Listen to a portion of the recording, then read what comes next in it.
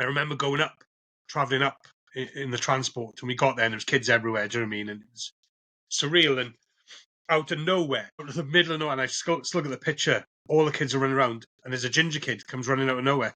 I'm like, what the fuck is a ginger kid doing in the mountains of Afghan? And when we spoke to the interpreter, he was like, how does he come here? And they were like, you. He was like, what do you mean? He turns out he's a descendant from the Battle of the Khyber Pass. Yeah. So he's got a Scottish relative somewhere. We were like, oh, does he get the piss taken out of him because he's ginger? And they were like, yeah, he gets beaten up all the time. Just for being ginger. Like, no fault of his own. So even in the shithole of Kabul, there's still gingers being picked on. Like, I mean, it's... I bought Frankie a coffee, and honestly, it just felt right. Frankie's pod has been such a comfort, something I look forward to every week. You can really feel the heart that goes into every episode. Supporting it through Buy Me a Coffee isn't just about the coffee. It helps cover the hosting, the editing, the software, all the behind-the-scenes stuff that makes the podcast possible. If Frankie's pod means something to you too, I'd really encourage you to chip in. It's a small thing, but it goes a long way. Just head to buymeacoffee.com/frankie'spod. Trust me, it's worth it.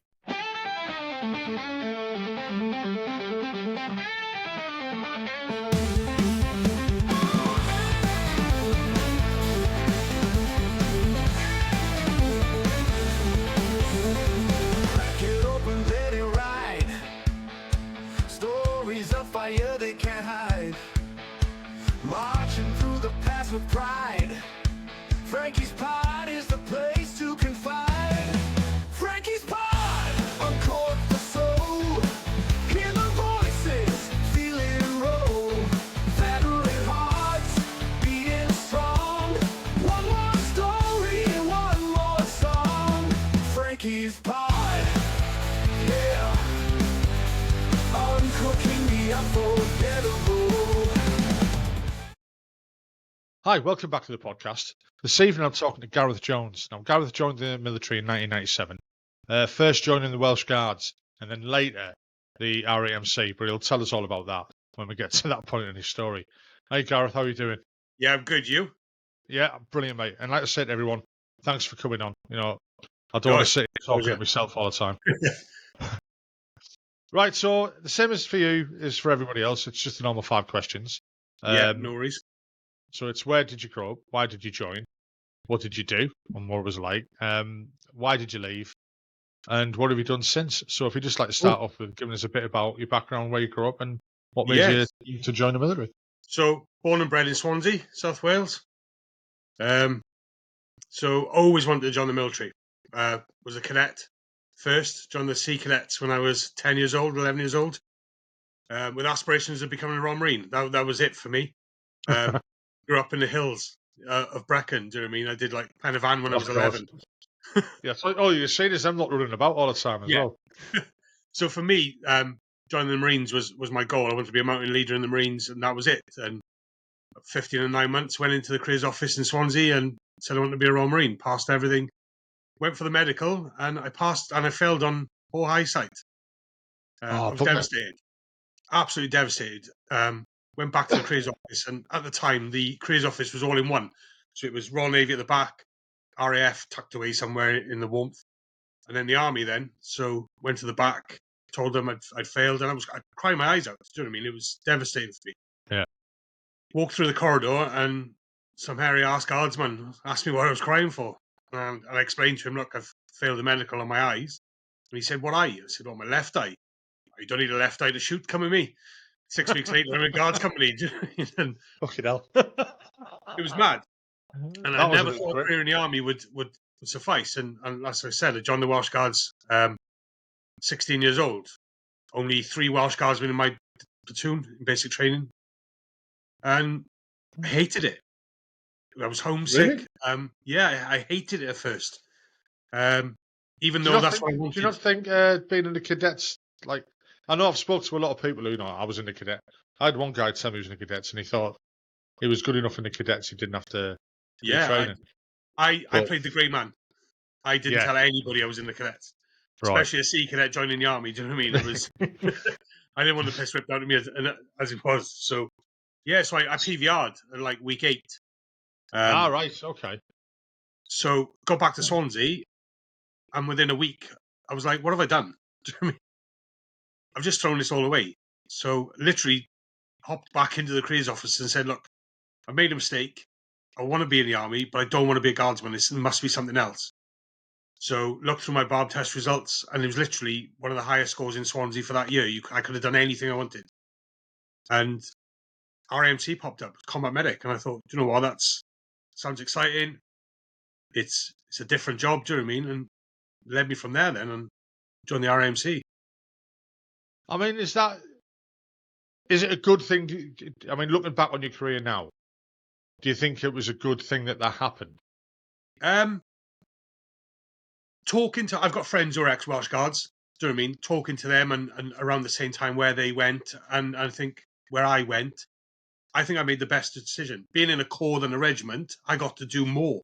Do you know what I mean? I got to be attached to lots of arms and companies and regiments and travel with them.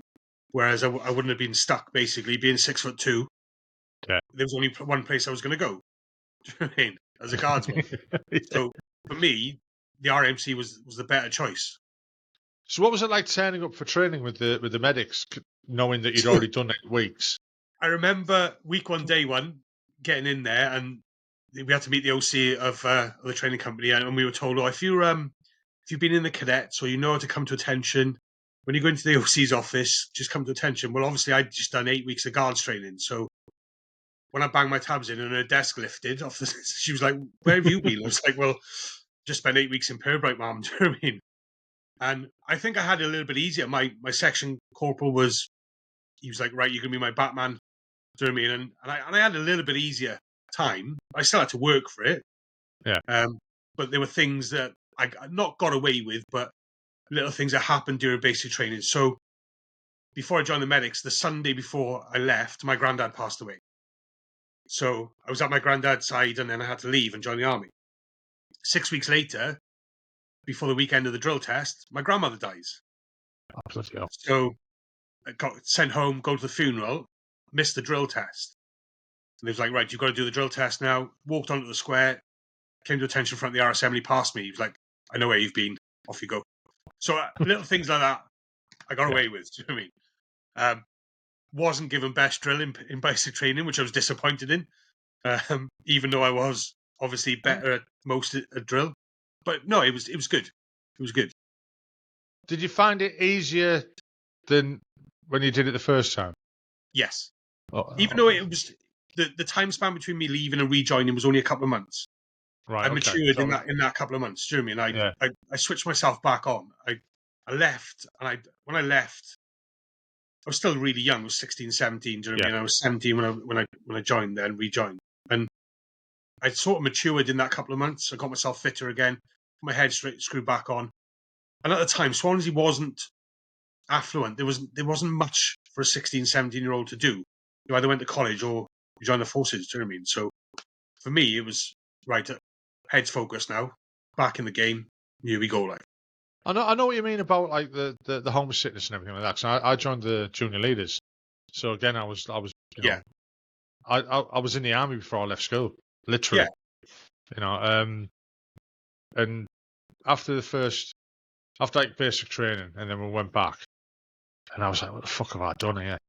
I mean, yeah, I'm not sure I could act this, and I was like a bit homesick and everything like that. Well, we had like 6 months where we could like basically rock up to the troop sergeant major and go, "I've made a big mistake. I don't want to be in the army. Can I leave?" And they'd say, "Right, okay, fucking pack your kit, fuck off." Yeah. It got to that point about halfway through juniors. I come back off leave again, and of course you're all homesick. You've been home and that. And I fucking knocked on his door, and the first thing I said was, "Excuse me, Sergeant Major." And I didn't know you're not supposed to fucking call him that. Nearly battered me. He was like, fucking fuming. I was like, "What did I say wrong? You're not a fucking officer." I was like, "What?" And he said, "What do you want anyway?" I said, "Look, I want to go home." So I don't want to be here. I want to use my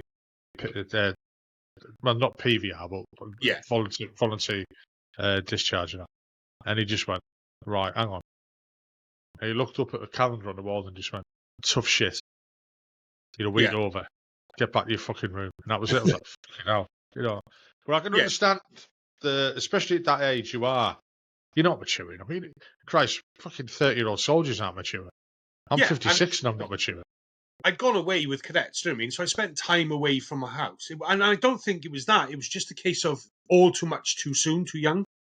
But again, even though I rejoined after a few months, in those few months, I sort of like grew up a lot. And obviously I had to deal with it. Yeah, realise what you'd missed and what could be. Yeah, exactly. But like you say, maybe you just joined the wrong unit. Yeah, if I joined the RAMC from the start, I think I would have stayed. Yeah. Do you know what I mean? It was for me. I was showing solidarity to my recruiter for getting me in. Do you know what I mean? I'd failed my medical for the Marines. I had a guardsman. If it was a para-edge recruiter, I would have gone para-edge. Do you know what I mean? If it was a signals, I would have gone signal. Yeah. So I think I was just showing solidarity to him. And when I got there, I realised, look, this isn't the army career that I want to be in. Do you know what I mean? So you've gone through phase 1 training, and now you're going off to. Did you go to Aldershot to do the medical training? So I went to Keele Barracks, did my phase 2 training. Yeah, it's a shit some memories there. Oh, it's a dump. An absolute fucking dump. We were doing tug of war as a regiment, and we stopped there the night before the competition. We went in and we were just like, I've been to some shithole. I mean, this was what, like late 90s. Yeah. And I was just looking around thinking, Jesus Christ, I thought our place was bad. And it wasn't even in Aldershot as well. It was in the arse end of Ash Vale. So you had to get a train into Aldershot. It was awful, but it was a good laugh as well. Because it was tri-service. It was a good course. Do you know what I mean? So what was the course actually like then? I mean, there's a lot to take in, especially. Yes, it's really intense. So it's like 32 weeks of med training, apart from the last few weeks where you do your soldiering skills again. But it's essentially, it is like 32 weeks of full-on medic training. And that's just to make you a class 2 medic. Yeah, I've worked with medics. So I've got quite a bit of respect for them. Most of them, a couple of them I worked with knobs. But, so in Bosnia in '95, we got attached to another regiment, and we were supposed to be signallers, and we went there, and we rocked up, and they just went, right, there's your ambulances. And we were like, okay, what? There's your ambulance drivers, or ambulance commanders. Sorry, we had RLC drivers for the wagons, and we were the commanders. We were like, what? And all of a sudden we had, because it was 1995, going over there with the guns, which hadn't been there before. It was quite. They weren't expecting the fucking world to kick off. Oh, and absolutely. It did. But it did in '95. And that was when that's when we told the Serbs to fucking stop it properly, and we did. And so we ended up as quite a large med section. We had a colonel as a doctor, a couple of sergeants, handful of full screws, a load of us little Lance Jacks, and as we went, we weren't medics. A few privates and stuff like that, and it was cool. It was a decent time. It was interesting. They made us do a team medics course, and when we sat the test, the doctor he made all the medics sit the test as well, and then when he came back out, he was fucking fuming because all the medics failed. And we all passed, and we were like, "What the fuck?" They're medics. All we good for is painting fucking boxes. That's all medics do. Do you know what I mean? Well, no, I mean, one of the guys said it, in his defence. He said, well, that the team, and thinking about it now, it was a bit arrogant as well, but in his defence, he said, that team medics course, it's below our level of expertise. Yeah.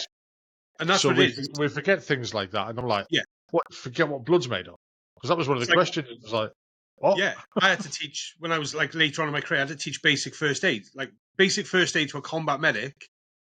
You don't do basic first aid. Do you know what I mean? I'm trying to teach that. It's awful. You forget, like you said, you forget what you know. As I was leaving the army, it was like the basic first aid was pull your book out and have a lot of fucking what? Yeah. Flip through this. Go through this chart. Yeah. Right, what does that say? Go on to this one. you know, that should be in your fucking head. You know, I couldn't get around that. Yeah. I didn't do maths very much when I was leaving the army. It was an office job and I used to hide in there. Fuck it. You know, as is. So, I mean, like, so how intense was that, you know, let's say the training in the CAS sim and stuff like that for a new recruit? Was it like, Not really. Not really. A lot of theory, especially the first few months. A lot of theory, and then you put it into practice. Towards the end, then you go on a placement. So you go on 2 sets of placements. You go a hospital placement, and then you go to a med centre then. So I was quite lucky. I went to Chertsey, to St. Peter's Hospital. And we literally got to walk around and do anything we wanted, whatever we wanted to specialise or we were interested in. Yeah. We got to do, and I was really lucky at some of the stuff I got to do. I remember being in surgery, just tucked in the corner, and the surgeon was pinning a femur to the hip, putting a rod through the femur. And I remember, it always makes me laugh. He had a scrub nurse just to change the CD on his music. And if the music had run out, he'd literally stop, hands up, nurse, and she'd change the CD and put the music back on. So that's a good way to build up like your indoctrination to blood, let's say. And he'd looked at me, he went, "Who are you?" And I was like, "Oh, I'm Private Jones. I'm here on placements." He went, "Are you scrubbed in?" "Yeah." "Right, come here. Come and have a go." I was like, "What do you mean?" He went, "That pin needs to be hammered into that femur. Off you go." So I tapped it. He went, I said, "Hammer it, boy." So I hammered it. He went, "That's the spirit. Come on, off you go." And I was like, "Shit, this is surgery we're doing." Do you know what I mean? So that was a really good experience of that. And then my med centre placement, then I went to Brecon. So I went to ITC again because it was close to home, so I could nip home. But it was a good med centre to work in. It was a busy med centre. Yeah, I was on junior Brecon my first week. Yeah. You know what I mean? So I was doing med cover for juniors, which was really good. You've just reminded me there as well. The like you say, your initiation to blood. You're just seeing that in the surgery. So when we were in a place called Gorney Macoof, before we deployed to Mount Igman, the doctor called us over. Where we were at in the factory there was a field hospital as well.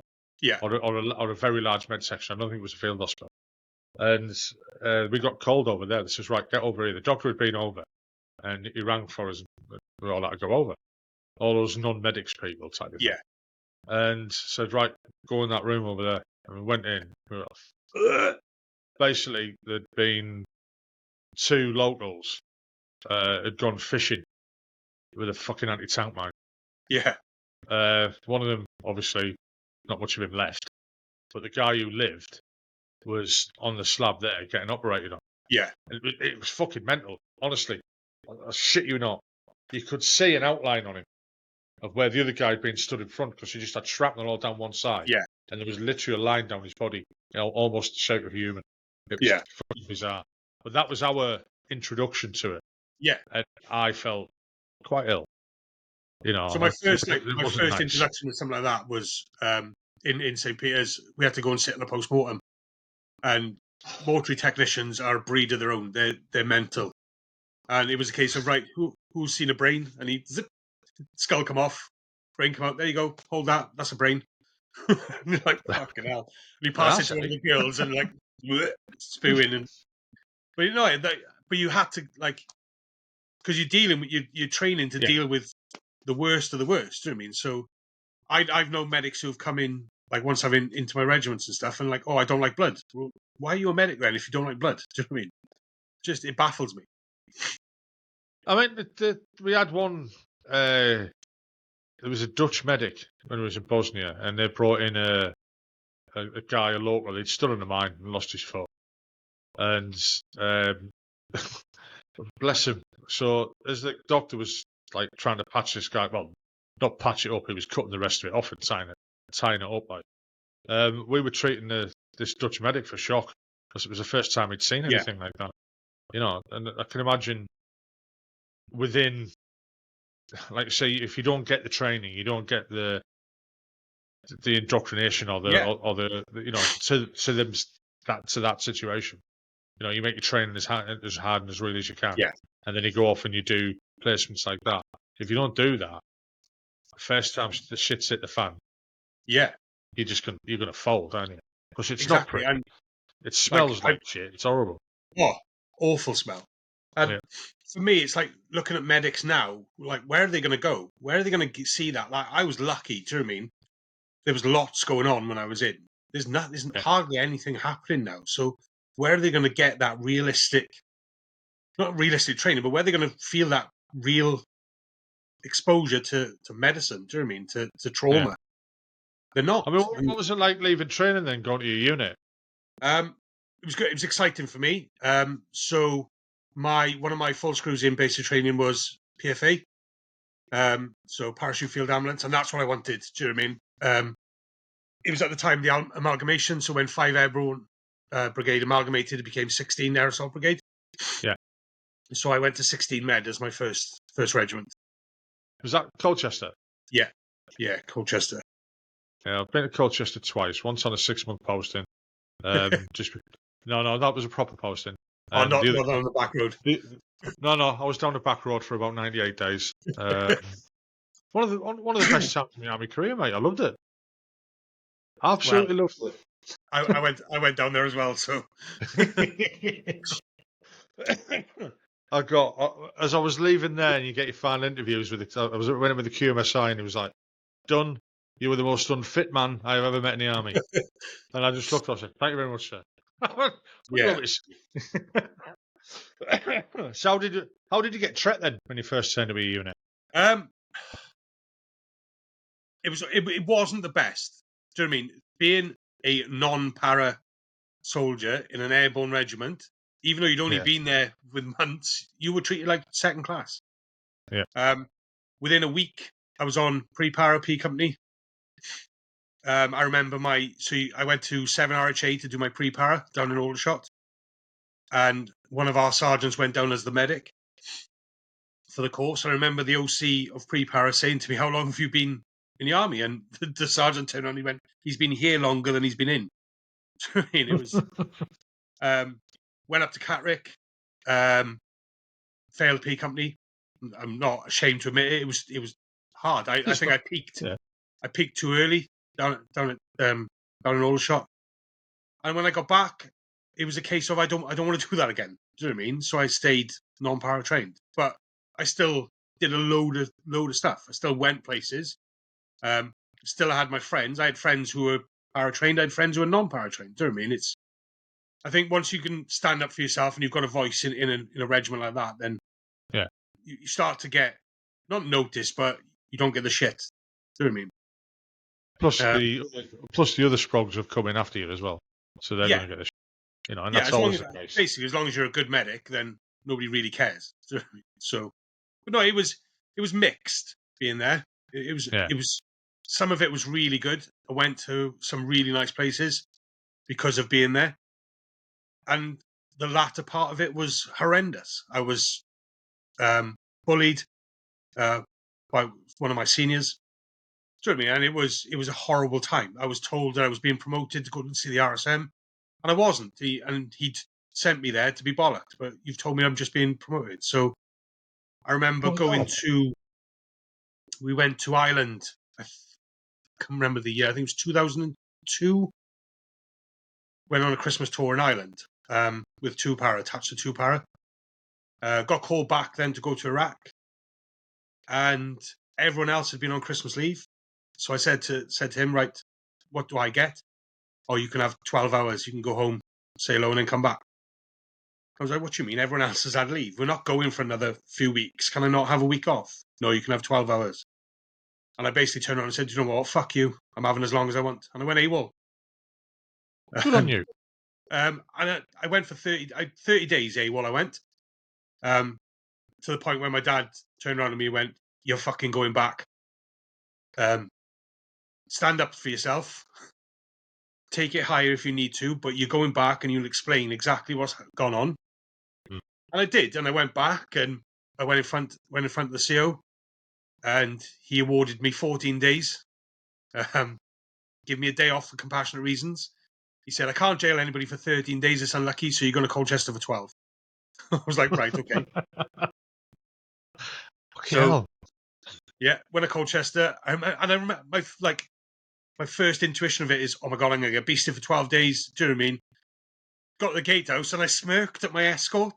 And one of the staff went, "What are you fucking smiling for? Are you here because you've been a naughty boy?" And that was it. I was fucking weak. I was gone. So I haven't been a naughty boy. I've been fucking bullied, and this is my retaliation.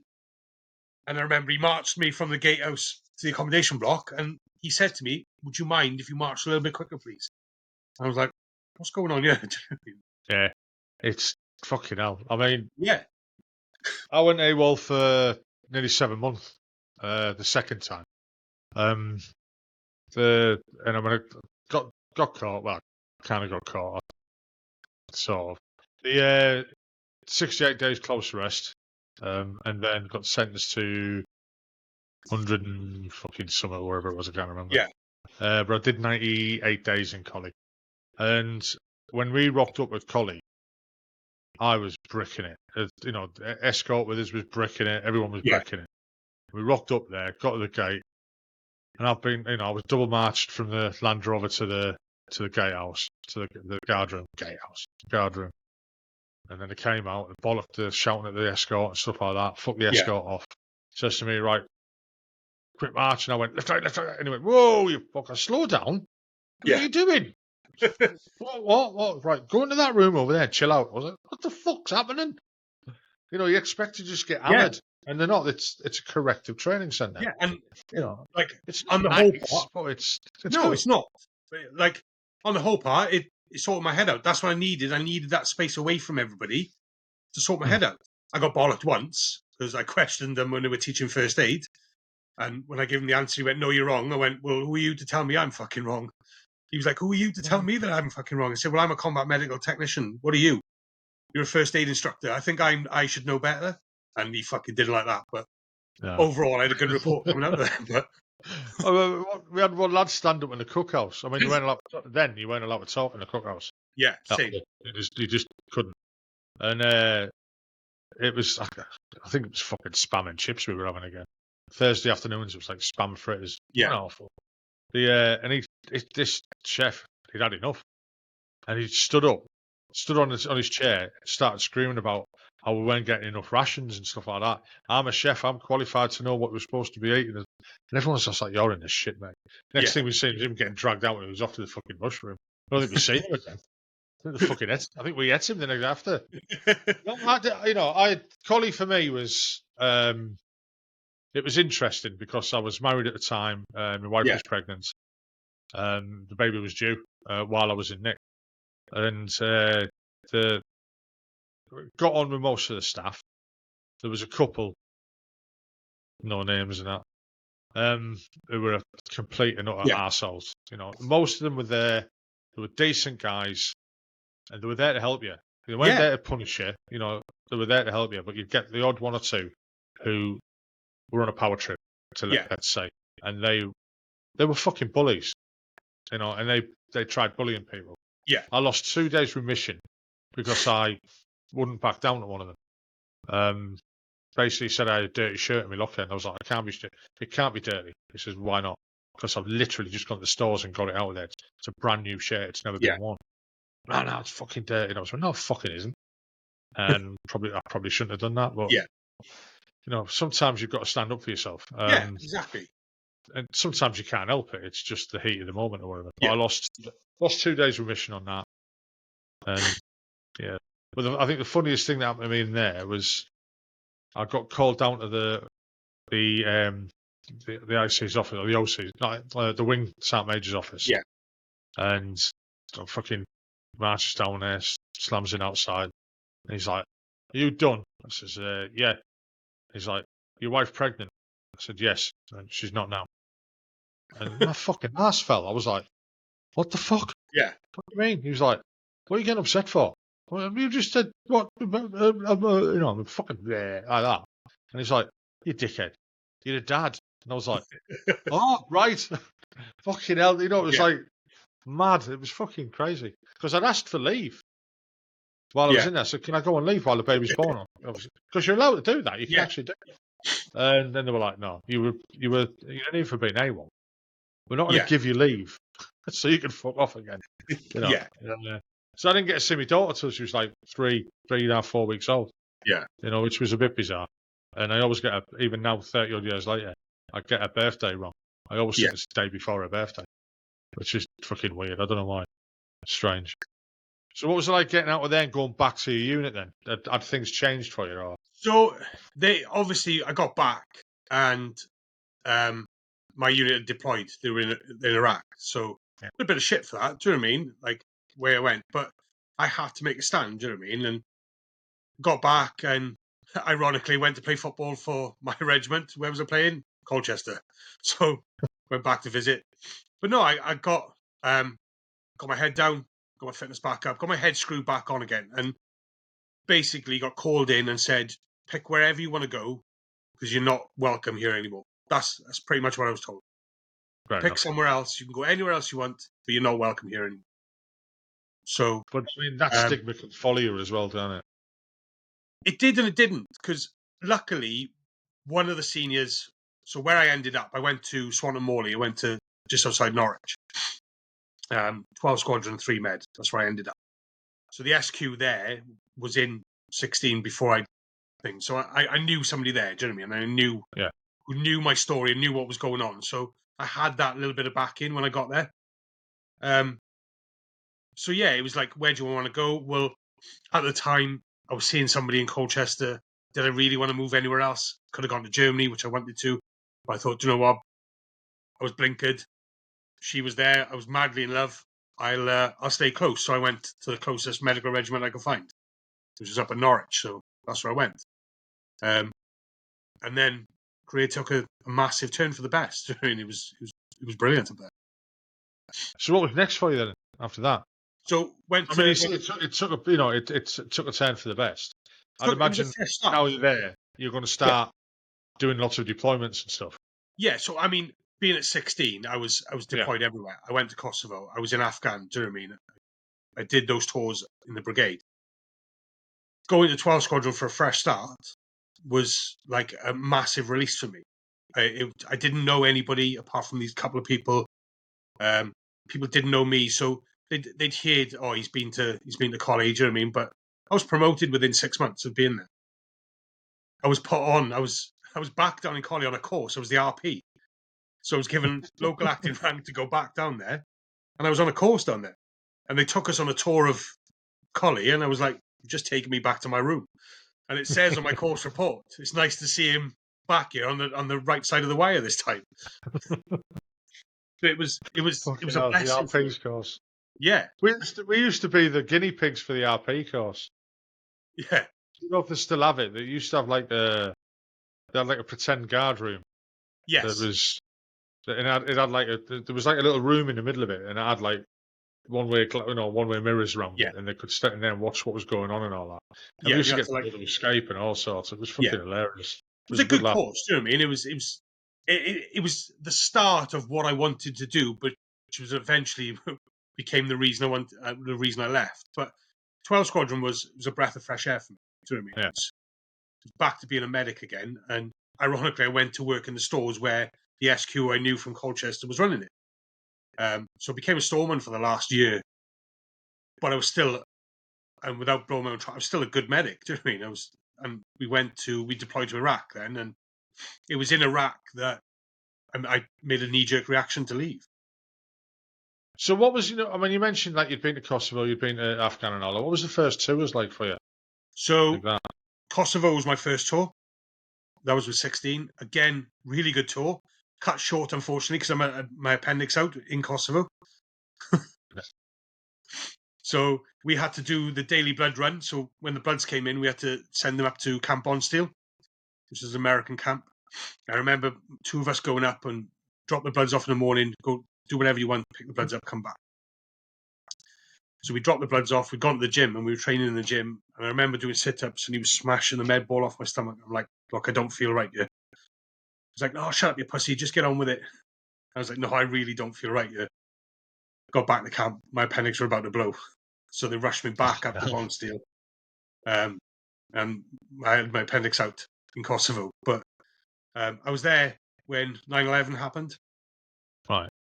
Which was surreal. So I was on the piss the night before, sat down in the coffee room, and it was on the TV, and I thought it was a film. I sat with the lads. I was like, "What film are we watching?" And they were like, "No, Taff, this is real. This is kicking off now." Yeah, it was mad, wasn't it? It was Yeah, just. it was. It's been mentioned a lot of times on this podcast that everyone was just. I mean, it wasn't like you say. You think, "Fucking hell's that movie?" Or whatever. It was just like, what the fuck's just happened? Yeah, nothing like that happened before, and there was all of a sudden it was like there was an atmosphere. Oh, You know it what I was mean? It was like, deathly quiet. Do you know what I mean? It was.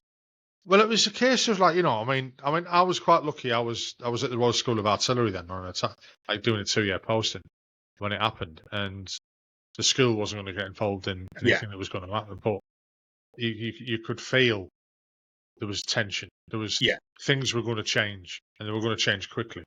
Yeah, and you heard it coming from the other regiments, like, and then all of a sudden, people have started deploying to Afghan, and you're like, what the fuck?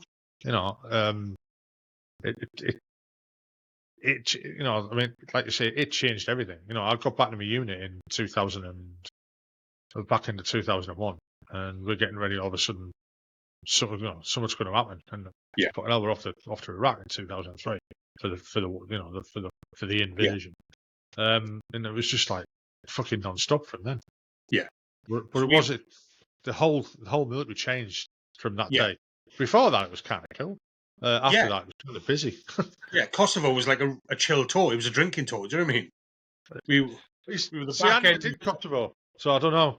Yeah, so we were like the back end of anything. There was nothing going on, so we were just there, just on the piss for 6 months, basically.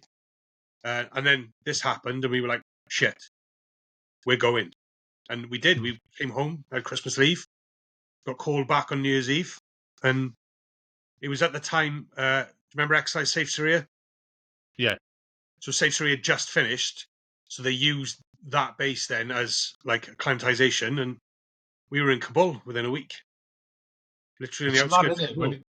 If you think back, like if you were a conspiracist, you'd think back and think, well, that was handy, wasn't it?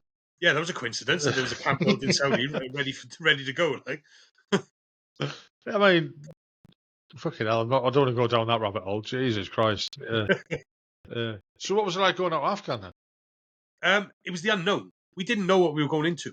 Do you know what I mean? It was, like I said, we were on the outskirts of Kabul. Didn't know. Like we went into central Kabul. We did some like hearts and minds stuff. One of the things we did, we went up. The Germans had been there and built up a med center up in the hills. We went up to revamp it to make sure it was like ready to go. And that was one of the most important things we did. Potentially was that. And I remember going up, traveling up in the transport, and we got there and there was kids everywhere. Do you know what I mean? And it was surreal, and out of nowhere, out of the middle of nowhere, and I still look at the picture. All the kids are running around, and there's a ginger kid comes running out of nowhere. I'm like, what the fuck is a ginger kid doing in the mountains of Afghan? And when we spoke to the interpreter, he was like, how does he come here? And they were like, you. He was like, what do you mean? He's like, he turns out he's a descendant from the Battle of the Khyber Pass. Yeah. So he's from he's got a Scottish relative somewhere.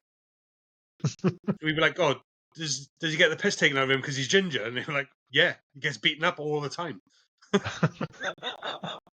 Poor fucker. Just for being ginger. Jeremy, no fault of his own. So even in the shithole of Kabul, there's still gingers being picked on. Like, I mean, it's... But yeah, it was a mad toy. It was because it wasn't like Helmand or anything like that. It was literally, we were the first ones in thereabouts. It was an ISAF tour, so it was not what we were expecting, and it wasn't Helmand, and it wasn't the death and destruction of what Helmand brought. It was a lot quieter is not the word, but it was like that sedate. We know why we're here, but we don't know why we're here as well. So what were the locals like with you? They were okay. There were a few, like you could see there were some sympathisers, but to the whole, yeah, they were okay. I mean, I never did Afghan, so I'm quite lucky that I didn't really. But I remember in 2003 when we'd just gone into Basra, and we were carrying about, and the locals, they loved us. Yeah. Absolutely loved us. You know, they were coming up with us, shaking hands, fucking singing to us and all sorts, fucking Yeah. almost dancing in the streets. And then within fucking days, it just turned. Yeah. You know, literally, that's what it felt like. It just turned, and all of a sudden, you weren't the liberation force Yeah. that we thought we were, or we understood that we were. Yeah. I I'm quite suppose lucky. for a lot of them we were. I only did one tour of Afghan, and that was it. So Yeah. I didn't get to go on a Hellman tour. So I'm, in terms of seeing trauma and stuff like that in that area, I didn't see anything. It was quite a quiet. It's not a bad thing. No, it wasn't. But like for us, it's especially I was jealous. Do you know what I mean? That's my job, but I didn't want people to get hurt for me to do my job. If I didn't want it to sound like that, it's just having a quiet tour is always good for a medic. Do you know what I mean? But it's like I wanted to do more. It's funny you say that because I've interviewed a couple of medics before, and I've said it to them, and I used to use it as an analogy either while I was in the army or even now. So I want certain people to look as though they're doing fuck all. Yeah. And medics are one of them. You know, we'd be on exercise and see the medics sat in the back of the truck. We used to have a medic who did tattoos in the back of the truck. It was mint. Yeah. And they'd be sat there and you'd be fucking carrying shells about and digging fucking holes in the ground and stuff like that, looking over thinking, well, they're doing fuck all. Yeah. You want them to do fuck all. Yeah. You want them to sit there doing nothing, ready to do what they need to do. Yeah. And if that's them sitting there doing nothing, they sit there and do nothing. Oh, yeah. That type of thing. But I've had the piss taken out of me for doing nothing as well. I was in Canada with One Royal Irish, and two Fijians were fighting, pissed one night, and knocked him onto the bunk bed, split his head open. Came to the med centre late at night, and just give me a tirade of abuse. Look at you, you fucking medic. You're not frontline. You're a nurse. Blah blah blah. I was like, okay, no worries. The doctor came up. I'd laid everything out to suture, and she went, "Are you missing anything?" I was like, "What do you mean?" She went, "No lignocaine." I went, "No, he doesn't need it. He's drunk." And I sutured his head with no pain relief. And he cried his eyes out. And I whispered in his ear as he left, "Don't fuck me off. Don't fuck my medics off." And he came back the next morning and he was like, "I'm really sorry. I disrespected you." I was like, "Look, it's fine, but don't disrespect what I do." Yeah. Fucking hell. Never piss the clerks off. Never piss the troops off. Don't piss the medics off. Yeah. So what was next for you after that then? So Iraq with 12 Squadron and got promoted. Loving it. Do you know what I mean? And for me, not my time as a medic was coming to its end, but I wanted something different. Right. I've never been one to like follow a normal path. I wanted to do something different. And to be honest, going to Colchester made me want to go back as a staff. So that was my route. So got promoted to go to a med centre. So spoke to the med sergeant in Colchester. Are there any spaces for Lance Corporal Class 1 medics? Yes, I've got one here. Perfect. I can get back to Colchester. All my mates are, do you know what I mean? Work in Collie, be there, get promoted to full screw, potentially then get transferred to become MPS staff. That was my route. That's what I wanted to do. Got the confirmation from the med corporal that, yeah, everything's fine. Med sergeant said, yeah, there's a space. Happy days.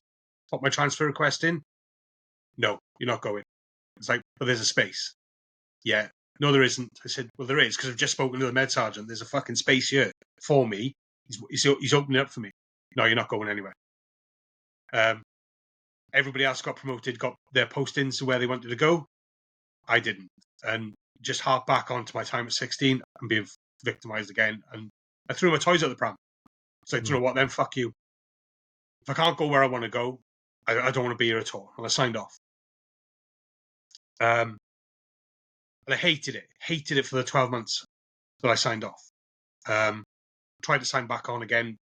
Wasn't allowed, but just, I was more of a case of digging my heels in. Fuck you, I'm going to do this on my own. Instantly regretted it when I left. Regretted it.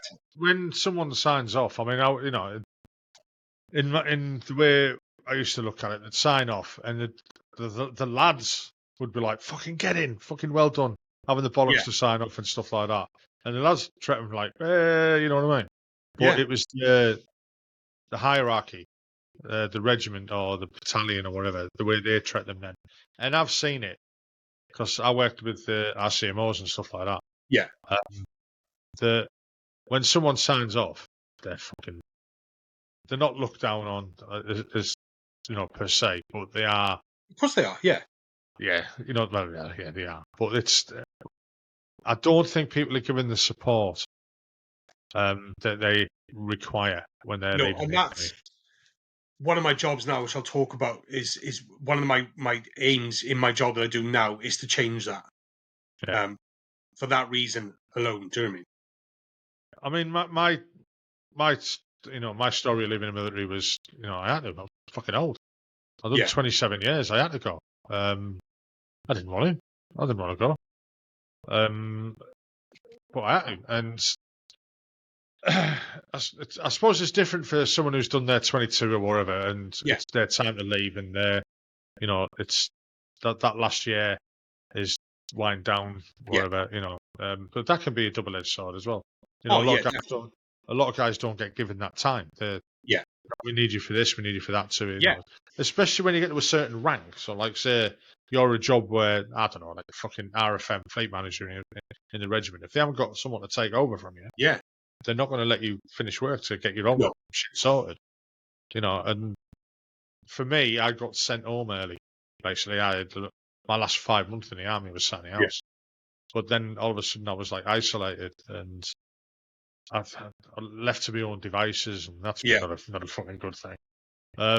But a lot of guys I've spoke to on the podcast and since on in various other guises have all agreed, every one of them, that you are not prepared to leave the military when you leave it. No. Some people fly, they go. They've planned it all, years in advance. They're going, right, I'm going to do this, I'm going to do that, I'm going to get here, I'm going to buy a house, I'm going to do this. Not everyone's that forward thinking, especially fucking soldiers. We just go and fucking run at the wall, and all of a sudden that wall's fucking too big for you to climb over. And where do you go? There's none there. No. And it was horrible when I left. Absolutely. It was like, there was nothing. Moved back to my dad's. He was living like in assisted living at the time, do you know what I mean? And so I couldn't live there. Went to the housing agencies, and one of them basically said to me, well, you're in the army, to live in a tent. Unless you're homeless, I can't help you. I was like, what do you want me to do? Like, so the first few months were awful. Do you know what I mean? So what did you have planned to do then? I went fucking nothing. I was going to go traveling. I was going to go to Thailand, and then when I got back, well, see what I can do. I had no plans. I literally pissed my last year up when I signed off. I had literally no plans. I had a CV, which was awful, because I did a one-day CV course. I had no plans. The aim was to go traveling. I got home, got offered a job pretty quickly with ex-squaddies, so kind of slipped into that. But it wasn't a career job. It was a job to get me by. Do you know what I mean? And I had no plan. I started working in a paintball arena, an outdoor paintball arena. Like 10 squaddies working through the week. It was a good laugh. Do you know what I mean? It was. I'd quite enjoy that. Yeah, it was good fun, but it was shit money. Do you know what I mean? It was ridiculous. So, and I was still quite young then. I was like 26, 27 when I left. I started doing that, and then that not failed, but that work just dried up, and I was like, well, what am I going to do next? I started seeing a girl from Cardiff, like 40 miles up the road. Within 6 weeks, she was pregnant. It's like, fuck, I need to get my life in order. I'm going to be a father. I never wanted kids. I never wanted kids at all, especially when I was in the army. But like 6 weeks after leaving the army, and I've got a bird pregnant. What the fuck am I going to do? So I had to grow up pretty quick. Which is hard. Yeah. It's really hard. It was...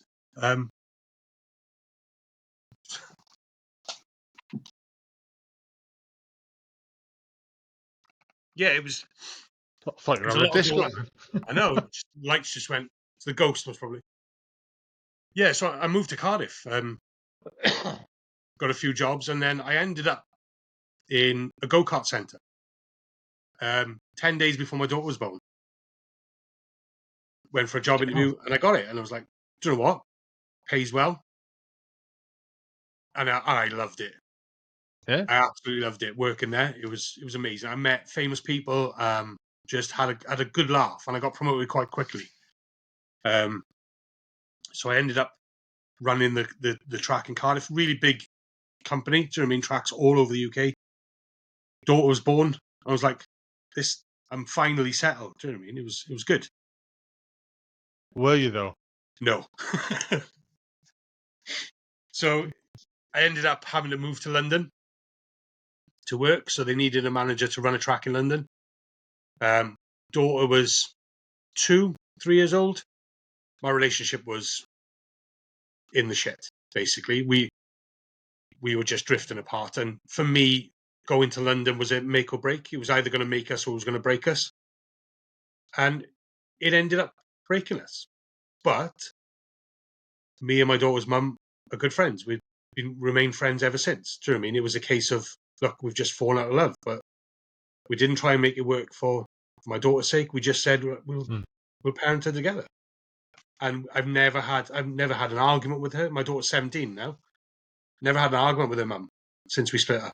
We're just good friends. Do you know what I mean? And it's brilliant. That's good. Yeah. It's good that it's ended amicably like that. Yeah, and I've got friends who don't see their children. Do you know what I mean? And constantly battling. And I'm really lucky. I've got a good relationship with her mum, and I've got a good relationship with my daughter. It's That's good. good. Yeah, but London sort of broke me again. I was working 10 days on, 4 days off to come home to Cardiff. Been doing that a few months. I was missing my daughter bad, so I'd finished the shift, ready for the 4 days. And instead of going to bed, I thought, you know what, I'll just drive home. I'll surprise her. And she can wake up and I'll be there in the house. Fell asleep on the M4 driving home. Crashed my car. And just a light bulb moment. I was like, I'm done here. Do you know what I mean? I can't do this for the rest of my life. Managed to get my car home, handed my notice in, and then, right, the journey starts again. Do you know what I mean? And Did you never consider like joining back up again? I couldn't. So working in the go-karting track, I did a 24-hour go-kart challenge for charity. Right.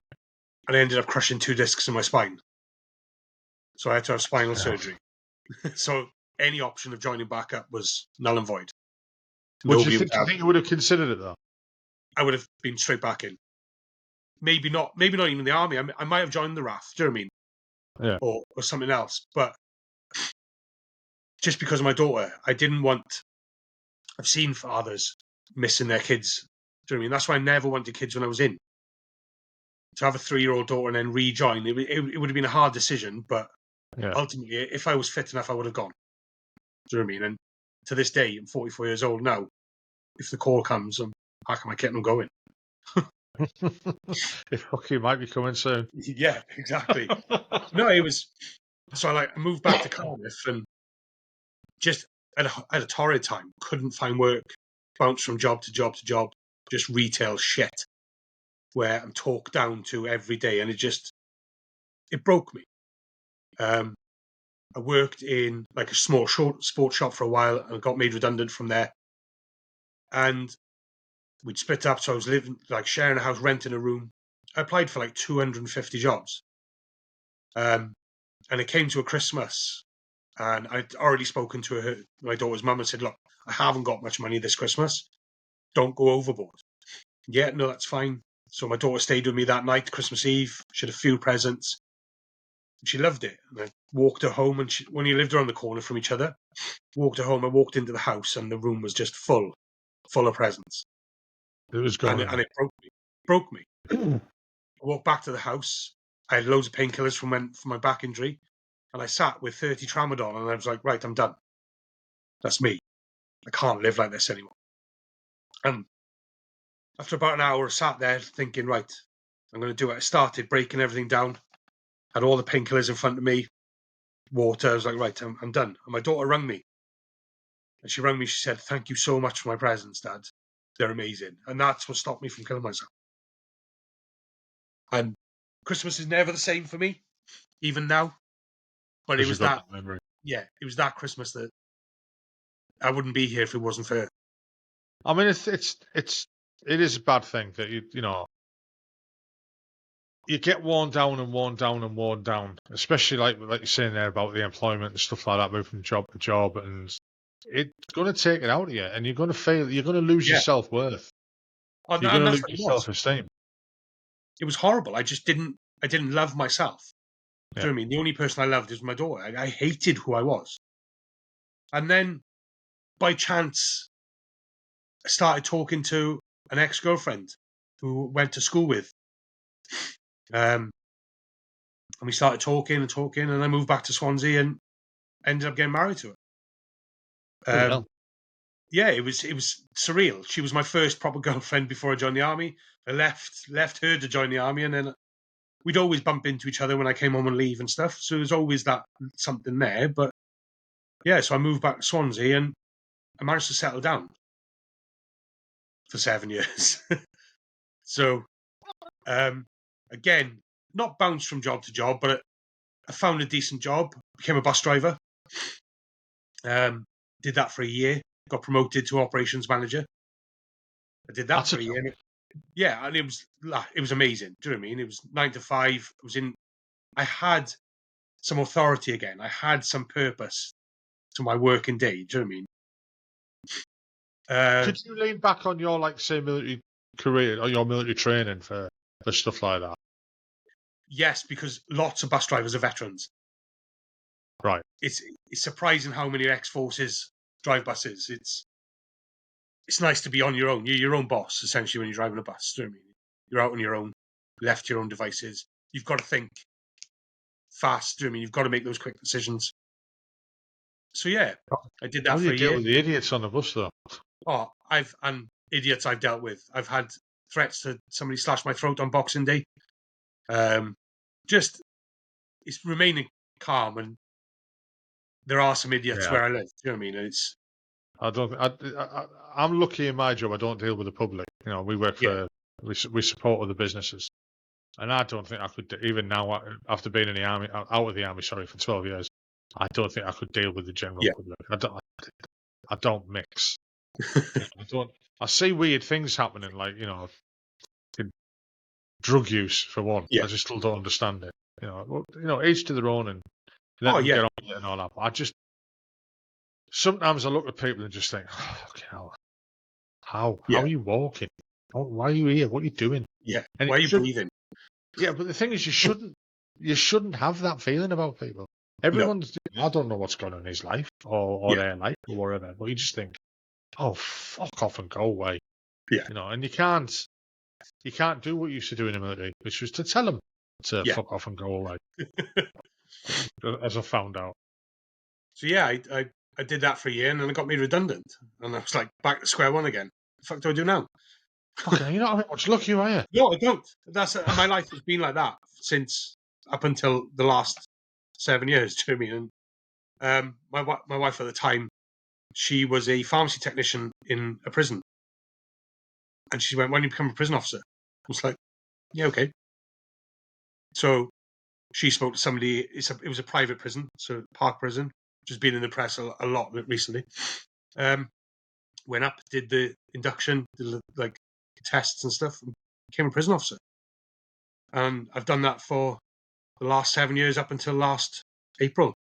Oh, well, August. Yeah, April. So what was that like? I mean, I want to get one of my mates on who's a prison officer, but he's still a serving officer, so he can't really do it.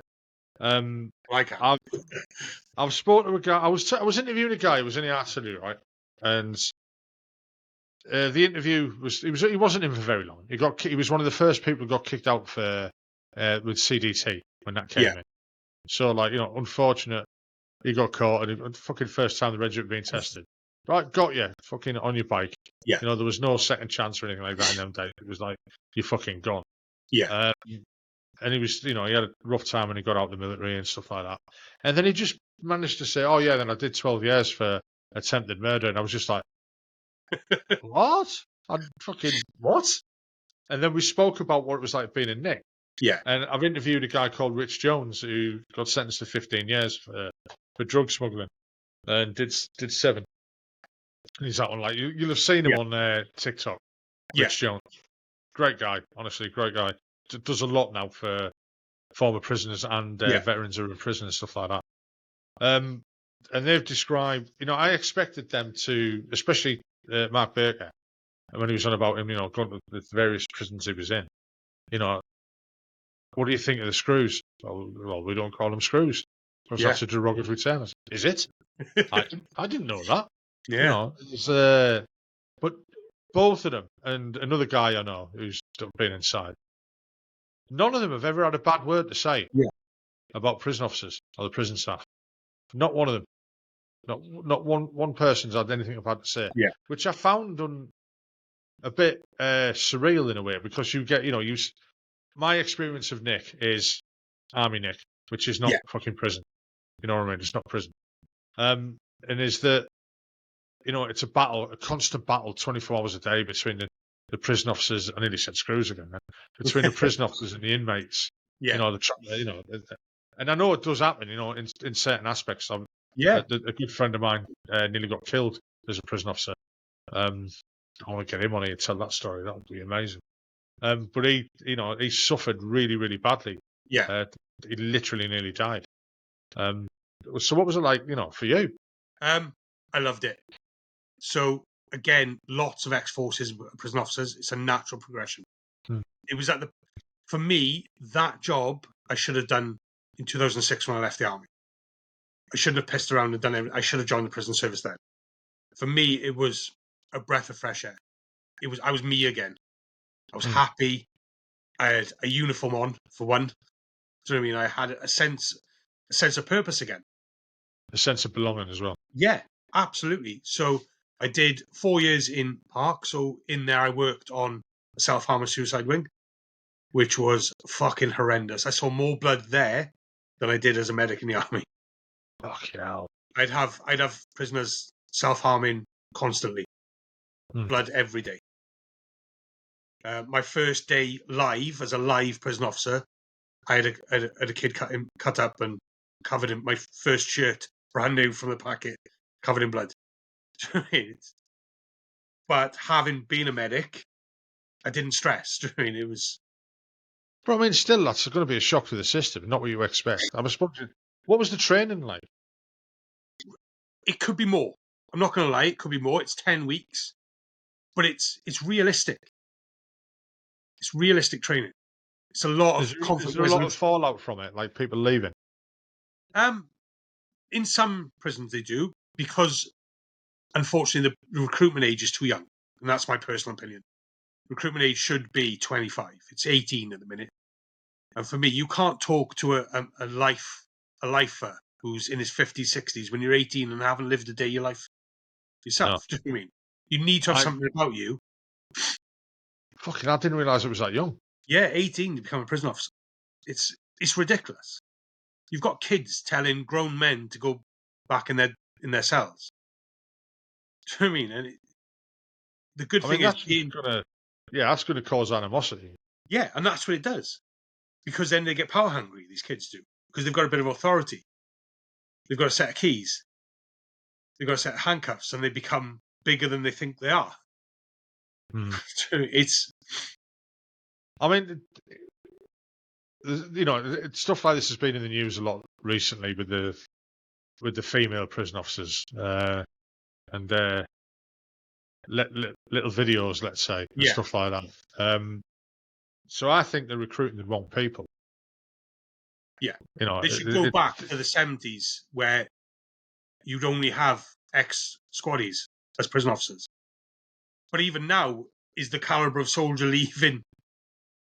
Because they're leaving so young, leaving the forces so young, so they haven't got lived experience. So, but it's I mean, the retention in the military is it's lowest of all time, as far as I know, as far as I understand.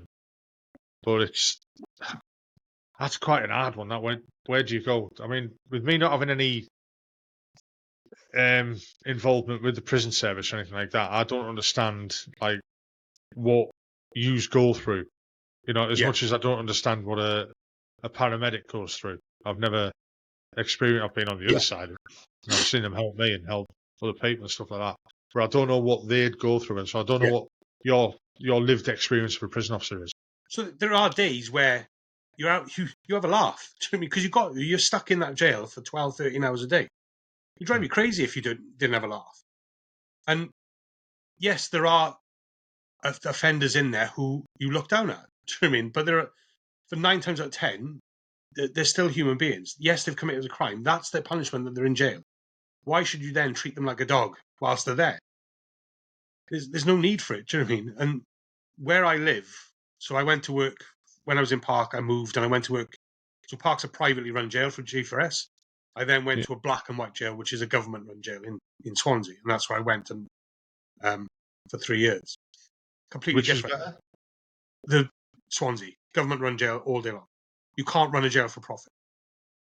So the ratio of staff to prisoners when I was there in Park was 100 prisoners to 3 staff. It was 33 men each. You go to Swansea, it's 7 staff on the wing with the same numbers because they're not cutting costs. You see, when that all started about G4S running prisons and stuff like that, I couldn't get my head around that. Yeah. Some things shouldn't be privatised. No, and prisons are one of them. You shouldn't privatise a prison. You know, I just don't understand why they do it. In corners. Because that's where deaths happen. Here's a question then. Do you think, is the discipline in a privately run prison different to in what you said, like you called a black and white prison? Yes. So I was getting called by my first name in G4S. First day I walked on the landings in Swansea, I was Mr. Jones. Which is the way it should be. Yeah. There's that mutual respect. One of the first people I met, we were in the same class in school. And he was a prisoner. Do you know what I mean? But he still then referred to me as Mr. Jones. Oh, I bet that was a bit fucking strange. It's surreal. Like, I had a guy come on to me and went, I remember you when you were that big. I said, yeah, well, I'm that big now, behind your fucking door. Do you know what I mean? But it was that mutual respect. It's a local jail. I can go out for my lunch and there'll be ex-prisoners on the street. If you're a dickhead to them in the jail, they're going to be a dickhead to you when you're going out for your lunch. And you don't need that. I can comfortably walk around Swansea with my daughter and my partner and know that if I bumped into a prisoner, they'd have respect for me because I give them respect back. And it's again, you know, like you watch TV shows, dramas and stuff like that, and you get the idea that when you leave work that night, you're fucking looking over your shoulder. Oh. People are trying to entice you to take stuff into jail and you know, blackmail and all this and the other. And you know, it's not like that, or is it? No, on the whole, it's not. It's when you look at other jails that when you like, I've worked in jails in Birmingham, I've worked in jails in Bristol. Because you're not the local person, they think then you're easily a target. Then, do you know what I mean? And but being a Welsh prison officer in an English jail is got an advantage because we can talk to anybody. Whereas some prison officers won't go and talk to these inmates. I will go and talk to them. I'm not standing for 14 hours saying nothing, and I can go and have a decent chat with you. And that's how you build your rapport and you build your respect. I mean, you must get as well. I'm going to put this without sounding like a knob. I don't think I can, so I'm going to sound like a knob. You must get prisoners and you just think, you fucking scum, die. Well, absolutely. Type of thing. You know, I would find it hard to separate probably their offence from the person. And I suppose you've got to do that. So one of the things you're taught is to leave your job at the door and don't take it home with you. And vice versa as well. Don't take your problems from the house into work. Yeah, I've worked with sex offenders. I've worked with domestic abusers. Do you know what I mean? It's treating them how they should be treated until you leave that door. I've got my professional views when I'm in work. And then when I walk out that and I hand my keys in, I've got my personal views. Yeah. And for that time I'm in work, when I was in work, I didn't let my personal views sway my professional view. Do you know what I mean? I mean, I've not done the job.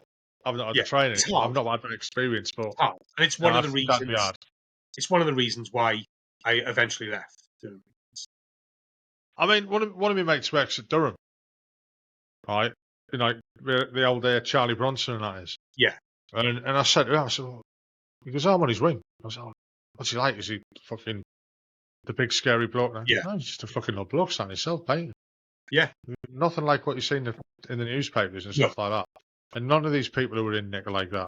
You know, there's the gangs in prisons and stuff like that, like down at the scrubs and stuff. And there's and other prisons in our money going by what I've been told. You get the gangs in and the drugs and stuff like this, but most of it, you know, 90% of the time, everyone's fucking quite cordial and as long as they're treating you with respect, you treat them with respect. And that's the be all and end all, to be honest. As long as they've got that respect. Yes, there are going to be days where you're fighting fires every day. Do you know what I mean? And you're getting assaulted, you're getting stuff thrown at you, you're getting abuse, like getting called what a dog wouldn't lick. Do you know what I mean? It's having that backbone, and not the backbone, having the shoulders to say, do you know what's happened to him? Why has he had a bad phone call? Has he had a bad letter? I don't know what's gone on that phone. Do you know what I mean? I don't know that his missus has been shagging somebody else and he's just found out, and I'm the first person that's told him no since then. It's having that. I agree. It's having that bit of humanity. Yeah. So have you had any experiences that were really, really bad? In what way? Like a prison riot. I don't know. Fucking. Yeah, I have. Yeah. I mean, you have teams, don't you? That like QRF. There are specialist teams who are specially trained in control and restraint and de-escalating, and we have what's called national teams who are based in Oxfordshire and Kidlington. And if it does start to riot, they are called out, and they've been dubbed the SAS of the prison service, basically. So they come all shrouded in. Yeah, isn't that how they got formed? Because of the Scottish one, the Scottish riot, where they had to get the SAS in. Yeah. So they thought, well, let's have a specially trained team of prison officers who can deal with this. And it's as I understand, that's quite hard to get into as well. It is, very select. And you see why when they come and visit. I've been in instances where 10, 15 prisoners have barricaded themselves in, and they've literally blown the door off, pop smoke in there, and flashbangs are going off, and they're literally dragging them out. It's shock and awe, basically. Fucking hell. And it's a deterrent. You see, like, prisoners will see them come onto your wing, and 9 times out of 10 they'll hold their hands up and say, right, I'm done, because they know what's coming next. So it's a good deterrent to have. I mean, that's a fucking good thing to have, isn't it, really? Yeah. So what made you leave then? I don't really want to disclose why I left. Personal reasons. And this, so I was working with veterans in Swansea prison. So I was looking after veterans. We assigned them their own wing, their own landing on a wing. And what we did was we made them, not made them, but got them to take vulnerable prisoners under their wing and make sure that they got up in the morning, had a shower, went to work, and use what they had from their military experience to guide vulnerable prisoners in what they do. And the job that I'm doing now came up, and I'd already decided to leave at that point. And so I went self-employed for a little bit. That didn't work out, and this job came up. And so ultimately, wanting to work with veterans more was one of the catalysts for me to leave, amongst other things that have happened. Just going back a little bit about that, about you said putting the veterans on their own wing.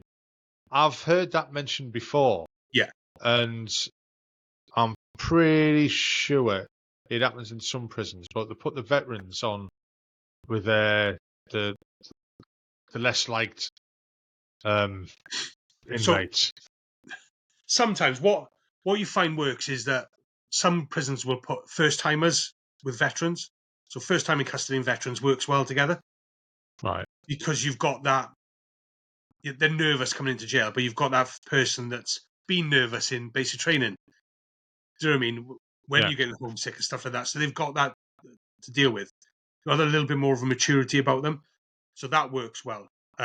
Vulnerable prisoners where they just want to lay in bed all day, don't want to shower, don't change their clothes.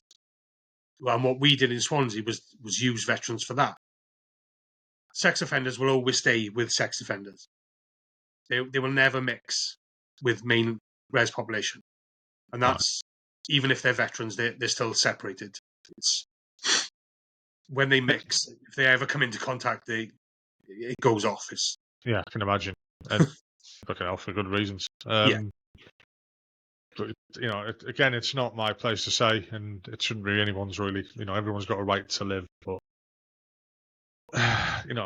Yeah. I've done so much. It's a hard subject to talk about, and even I find it hard to talk about, and I've worked amongst them, do you know what I mean? And yeah, it's a difficult topic to talk about. Again, do you think? Yeah, go on. Sorry. Just personal views and professional views. Do you know what I mean?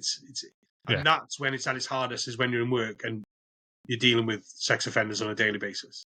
That's when you're really pushed to your professional limits. Do you find that veterans, because there's a lot of veterans in jail? Yeah. A lot of veterans end up homeless, do go down the wrong route or whatever. Do they suffer more because they're in jail, because they're veterans? Like, I don't mean like the population picking them or anything like that. I just mean like the out of society type of thing. Is it apparent that they're veterans and they can't handle prison or whatever? No, I think they do. From my experience, veterans do prison really well because they're told when to get up. They're told that they've got to make their beds. Yeah. They're told what they've got to do. So they fall into a prison regime really well. And they're model prisoners because of that. If I said to one prisoner, you've got to be up at this time, and I said it to a veteran prisoner, you've got to be up at that time, I can damn well show who's going to be up first, whose bed's going to be made, who's got clean clothes on, who's shaved.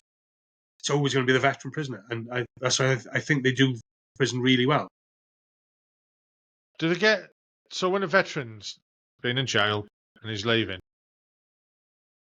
and I really shouldn't just stipulate a veteran, I mean like any inmate leaving. They don't, I mean, do they just like, right, you're off, you're gone? Or do they get like gradually introduced back into society type of thing? It all depends on any courses or anything like that. Yeah, so it all depends on the length of time that they're in, the crime that they committed, their classification as a prisoner, so they could go to open jail first as a bit of a stepping stone. Where I worked, it was a local Cat B jail, so it's a short term, so it's under 2.5 years, so they don't really progress on and get qualified to go to an open jail. So in that time, there are courses available for them and their support networks, and that's what we did. So we had a team of veteran staff working with these veterans, and we'd have our own coffee mornings, we'd have our own drop-ins. Once a month, we'd have a coffee morning where we'd come together as veterans, not as prison staff and prisoners. And we'd chat and we'd talk, and we'd have people come in. So we'd have SAFA come in, we'd have the RBLI come in, we'd have like our local charities come in, one who I work for now, will come in and offer their support. So there'll be stuff there, and we work with good relationship with probation. So when it's time for them to leave their probation, we'll come in and start briefing them about their conditions and where they're going to go next. And from personal experience, there are very few veterans who I've seen leave and then come back. They tend to leave and get on with their lives because the crime they commit was stupid, wrong place, wrong time, desperation. They're not career criminals. I suppose that's probably about 95% of the prison population now. Yeah. Especially the younger population. Yeah. Because they don't understand the ramifications of doing something. No. I mean, one of the things that I spoke about being a lot on the podcast is that one of the reasons we suffer as veterans when we leave the military is that we've got this like thing where we say we're not civvies, we're veterans, or we're ex-squaddies or whatever like that, and that we're different. And then you get civvies going, well, you're not different, you're just the same as us, but we are different because we're wired. Our formative years, which is like 16 to 24, 25 years old, we've been in this environment because you're not ready to, your fucking brain's not wired properly until you're like mid-20s, Yeah. 20s, and then it's like, all right, and that's a medical thing. That's not just us saying it, Yeah, it's fact. So we're getting battered about and fucking shouted at and this, that, and the other, and doing this and doing that, and doing awful things to other people sometimes. At them early ages, that it's going to take a long, long time for you to rewire your head. Yeah. And some people can't. Some people are fine. The majority of people who leave the forces are fine. It's not everyone's. It's not woe is me for everybody. It wasn't for me until years later when everything changed. I'm lucky. I don't suffer from PTSD. Do you know what I mean? Yes, I've had some fucking bad luck in my life, but I don't attribute that to my career in the army. I attribute that to me, one, being a dickhead and not having a plan, and bad luck. Do you know what I mean? That's all it was. Sheer bad luck. I think the dickhead bit might be the best bit. Yeah, but like I'm quite lucky. I don't have the mental health issues that some veterans do have, and I'm lucky, and I count myself lucky for that. Yeah, I mean, it's we've spoke about mental health already on this, and lots of other podcasts that I've done, and I don't want to say it. I don't want it to come over as if that everyone who leaves the army's fucked. Yeah. Even though when I went to see the doctor, I said to her, "Everyone who leaves the military is fucked, aren't they?" And she went, "Yeah." I was like, "Great, I'm fucked." Just different levels. Yeah, it's just not everybody is, but it's the same as leaving any other job. So but is it though? It's not. It's not like leaving any other job because it is a way of life type of thing. It's an institution, isn't it? Do you know what I mean? It's so you get these like young'uns who don't see. I knew I was going somewhere with this. You get these young kids who don't understand ramifications of what they're doing is, whether it's knife crime, robbery, mugging, shoplifting, fucking drugs, whatever. Their brain isn't cognitive enough to understand that I'm carrying this knife and I get caught with it, or someone's going to fucking kill me or I'm going to kill them. They can't think that far. And it doesn't work that way. I worked on a juvenile wing when I was in the prison. 14-year-old murderers. Like, you ask them, why did you kill him? Because he walked in my postcode. What do you mean he walked in your postcode? Well, he doesn't live here, so I killed him. Like, you're it's jail for life. You're doing 30 years in jail. Yeah, I'll be out by the time I'm 40, though. Like, there's no consequences. There's nothing. There's no, like, oh my God, what have I done? Yeah, it's jail. I'll just crack on. Because it's almost like, I don't know, glamorized. Yeah. It's sad. In my day when I was a kid, fucking hell.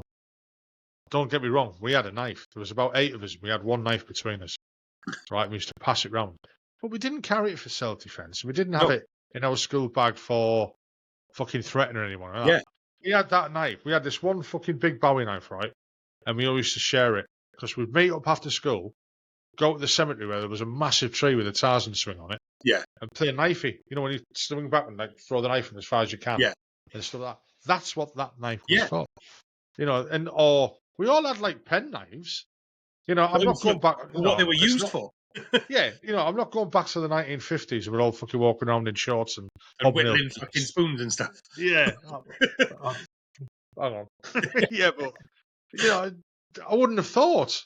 Yeah. Where I grew up, it wasn't that rough, but there was rough parts of it. Yeah. But nobody was getting fucking stabbed every other day. No. No, it's nobody around here is. Yeah. It's 10 a penny now. I mean, I'm quite lucky that I've never lived in a big city. Yeah. That would destroy me. I'd hate to live in a big city. I'm not too keen on living in towns. I'm not too keen on living where people are. But something like that, and the gang cultures, and like you said, the postcode wars. Yeah. Let's call it. I can't get my head around it. But what else is there for them to do? There's no answer to it all. It's all right. Everyone's saying politics and families who've suffered violence and stuff like that, saying, right, you've got to stop it. You've got to do this. You've got to go and, go to the community centre, do this, do that. Not everyone's got the ability to do that or the inclination. Or the one. Or quite frankly, the intelligence to do that. Yeah. or like you say, the want to do it. Yeah, Because they'd they want to rather be with the mates and stuff like that. Yeah.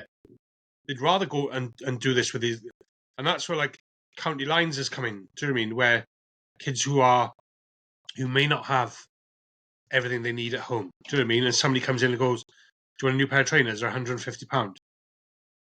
These kids are not going to turn the trainers down. Oh, by the way, though, you've got to take these drugs from here to there for me. Yeah, there's more money. There's more money, and it's a sad state of affairs that these kids are having to turn to that because there's nothing for them.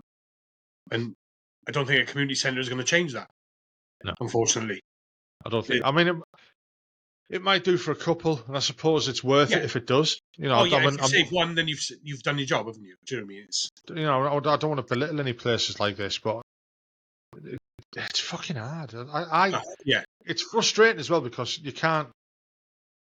There's not a magic bullet for it.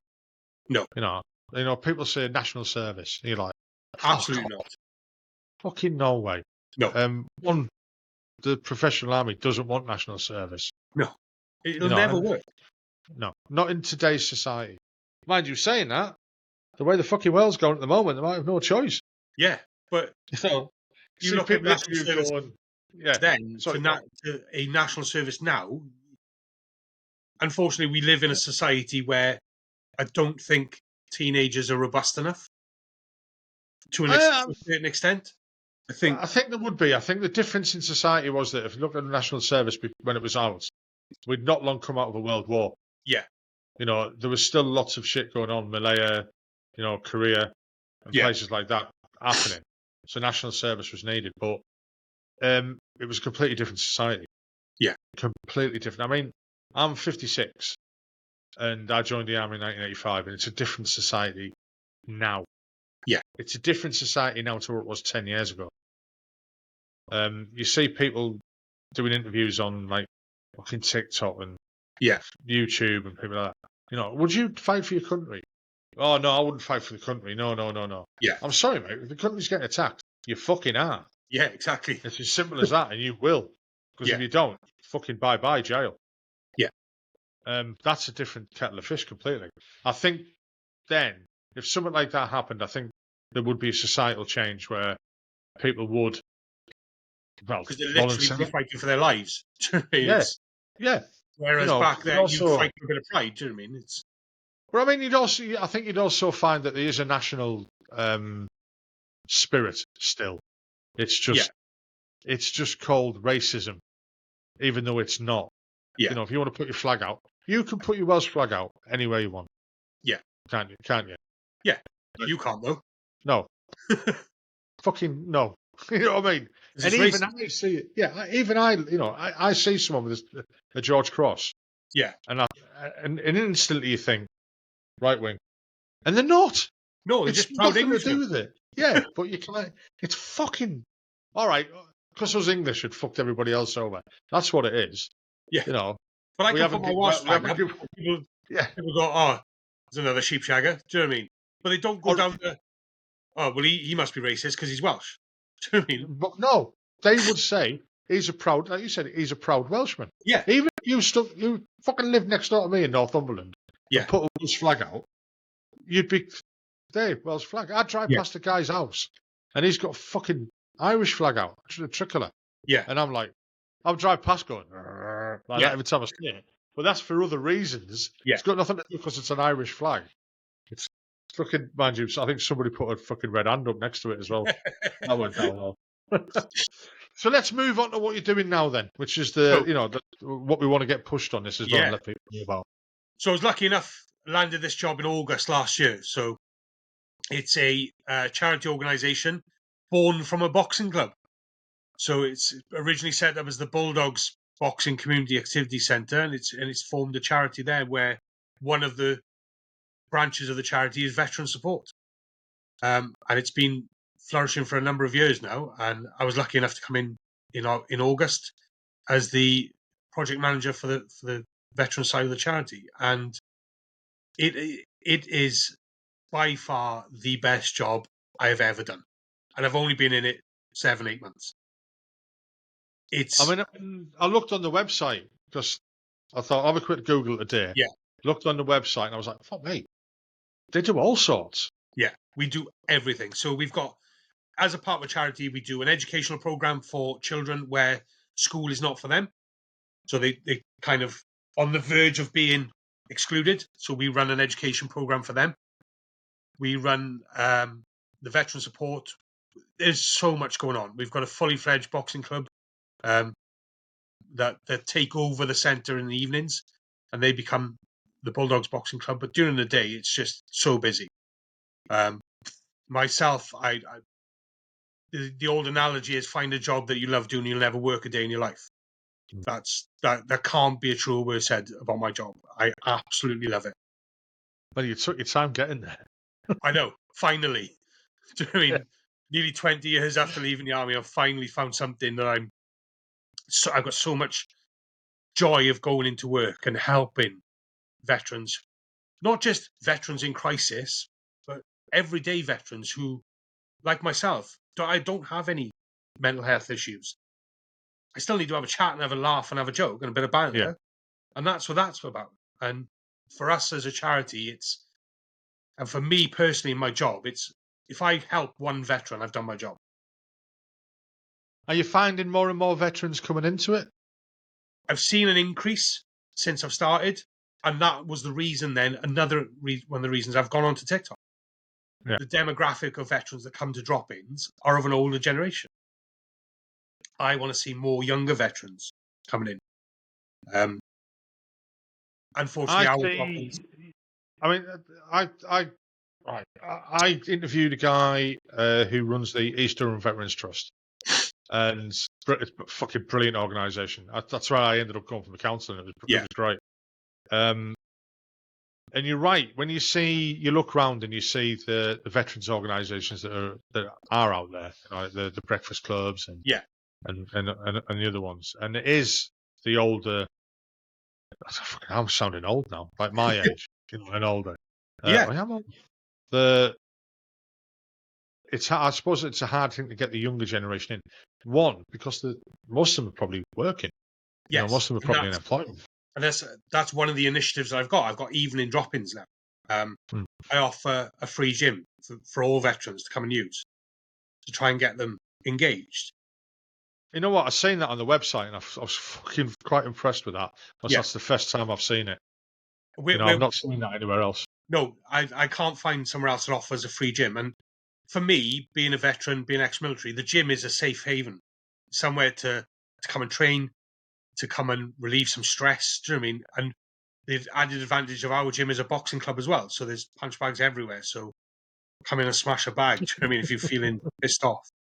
So it's quite a niche capture I've got, is having this to my disposal. But do you get people referred to you as well from, like, say, Op Courage and stuff like that? So we don't have Op Courage. That's an English thing. We have Veterans NHS Wales. So we have a Veterans NHS Wales counsellor that comes to our centre once a week and uses one of our rooms as his therapy room. So we've got that link. So they'll come be referred to him for counselling, and then he'll bring them into us then. Once they're ready, he'll come to us and we'll introduce them into our drop-ins. And it's a really good working relationship we've got. Are you finding an increase in that as well? Yes, massively. Only because it's easily accessible. So they don't have to go to their GP for referral. They can come in on a Wednesday and see my counsellor and say, look, I need help. And we'll get in that way. And it's quicker. So a lot of people are going to see them because they don't have to fight to see a GP. They can get some treatment and get it done quickly. And people who hadn't talked in the past and have got these issues and now coming forward and saying, do you know what? I think I need some help. And having that at our close disposal is amazing. And we work with other agencies as well. There's some fantastic organisations in South Wales that we work with. I mean, hopefully the people who will listen to this will get the message that, it's good to talk. Absolutely. And it is, it's the two best things you can do is talking and walking. Yeah. I'm too fucking lazy to walk, so I talk. Honestly, talking has helped me. It's helped people I know.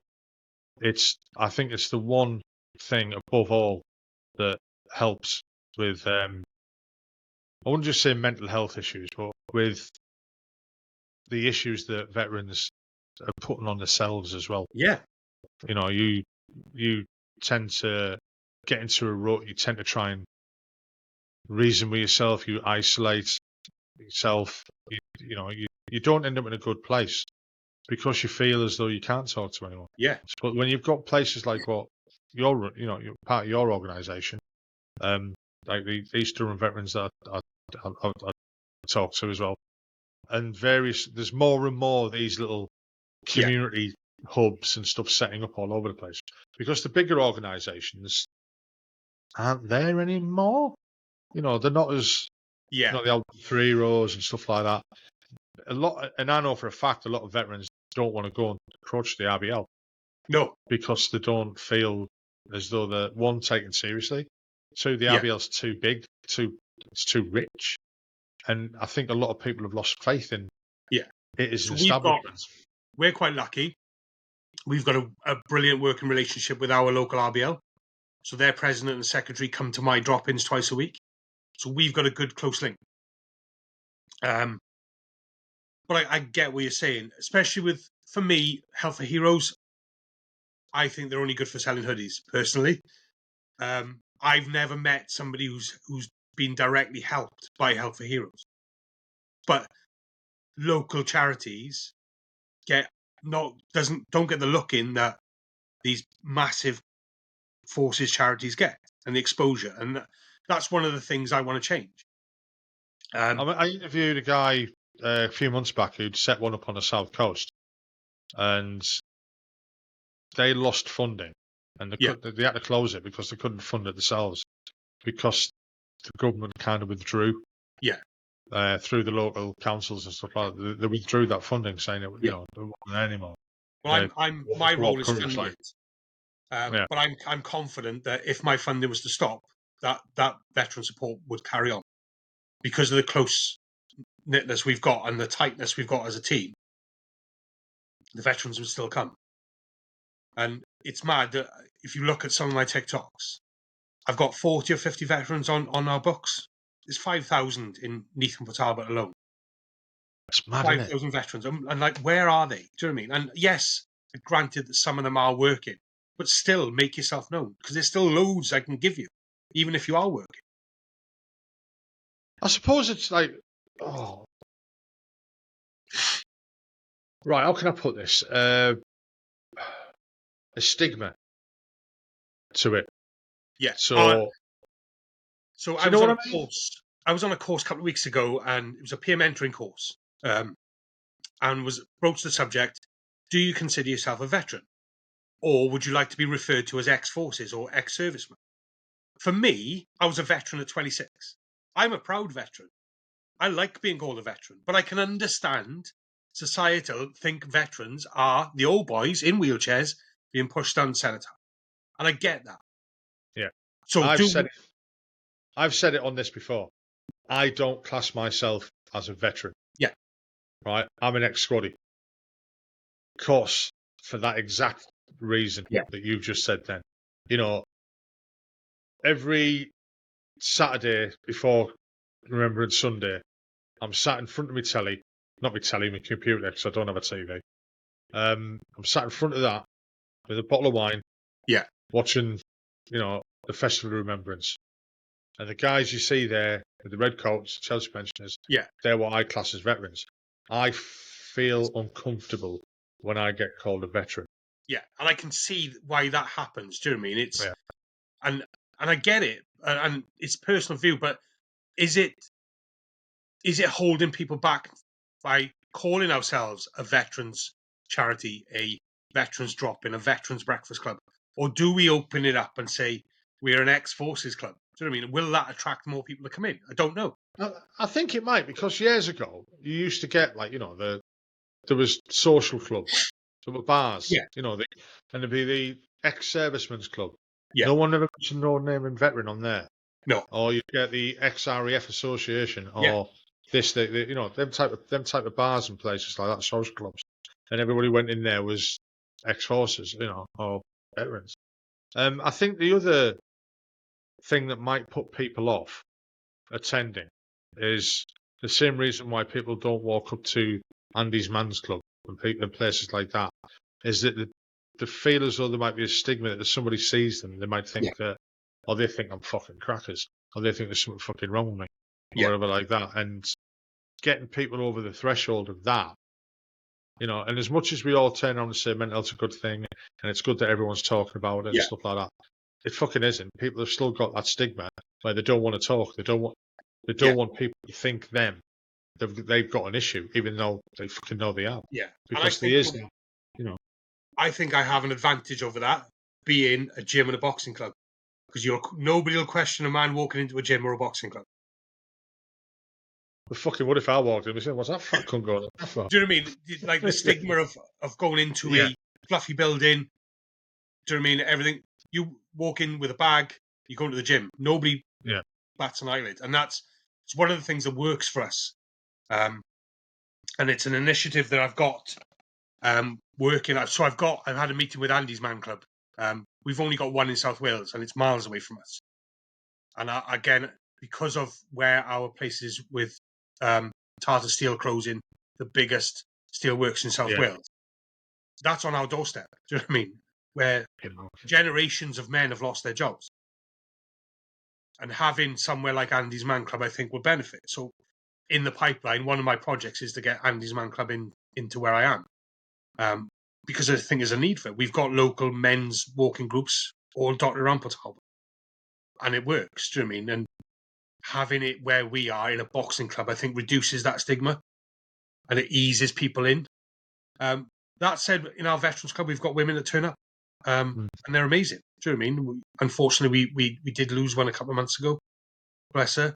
But on the whole, the ladies that turn up, they have the same rights, enjoyment, do you know what I mean, as our men do. Same sense for you. Yeah, but for me, it's capturing the numbers of younger veterans. And by using social media platforms like this, hopefully it will spark people in my area to go, do you know what, I might actually drop in and say hello. I've got ex-prisoners come in who knew me from Swansea Prison, and they come and train. Well, you're right, like the social media aspect of it, TikTok and stuff like that. You see, when I went onto TikTok nearly a year ago, I don't even think it was that long ago, really, before I posted anything anyway. TikTok to me was a kid's app. Yeah. It was just I don't know that. And then the algorithm went a bit weird for me, and I just got loads of women trying to sell OnlyFans. Yeah. I was quite happy with that. Like. Scroll. And then all of a sudden, someone popped up like a veteran with his channel and stuff like that, like Alex Harrison and the likes of that. And I was like, the fuck? Why? I should try and get them on. Yeah. Because, I've had quite a few people on a podcast from TikTok. And two, I think I should try and advertise and get people to listen to the podcast. This is only a small podcast, no? There's not that many people listen to it, but the people who do tend to come back and listen to it again. Yeah. But I get as much feedback of TikTok as I do anywhere else. But what I am seeing on TikTok, the content creators there, for the mill talk, or what you want to call it, or they are the younger generation, and there's more and more and more of them. Yeah. So getting them involved, and the people who are watching them, hopefully it'll bring it through to your organisation as well, and to other organisations as well. Yeah, because the numbers of 22-year served soldiers is dwindling. Do you know what I mean? People are not doing 22 years anymore. People are doing 4, 5, 6 years, getting some qualification and then leaving. And they then become part of my community then. Yeah. So having that social media outlet I think, can only do good. That's becoming the norm in the military as well. And I don't know whether that's a retention thing or not, or again, a societal change that people are, like the American military. They tend not to stay in for very long. They get in, do what they need to do. Some of them. You see, I understood that if you join the American military, you'll get free college afterwards. Yeah. That's not the case. It is for some, Yeah, depending on what state you come from and places like this. I was interviewing a couple of guys last week. One was ex-Marine and one was ex-infantry. And I said, oh, well, you just get to go to college when you leave the military, don't you? And they were like, no. I said, do you not? I thought that was, Yeah. was over here understood that. Good. No, there's only certain states do it, and they don't all do it now. And I said, well, you've got the VA, you get looked after by that. And they were both like, opened my eyes to that as well.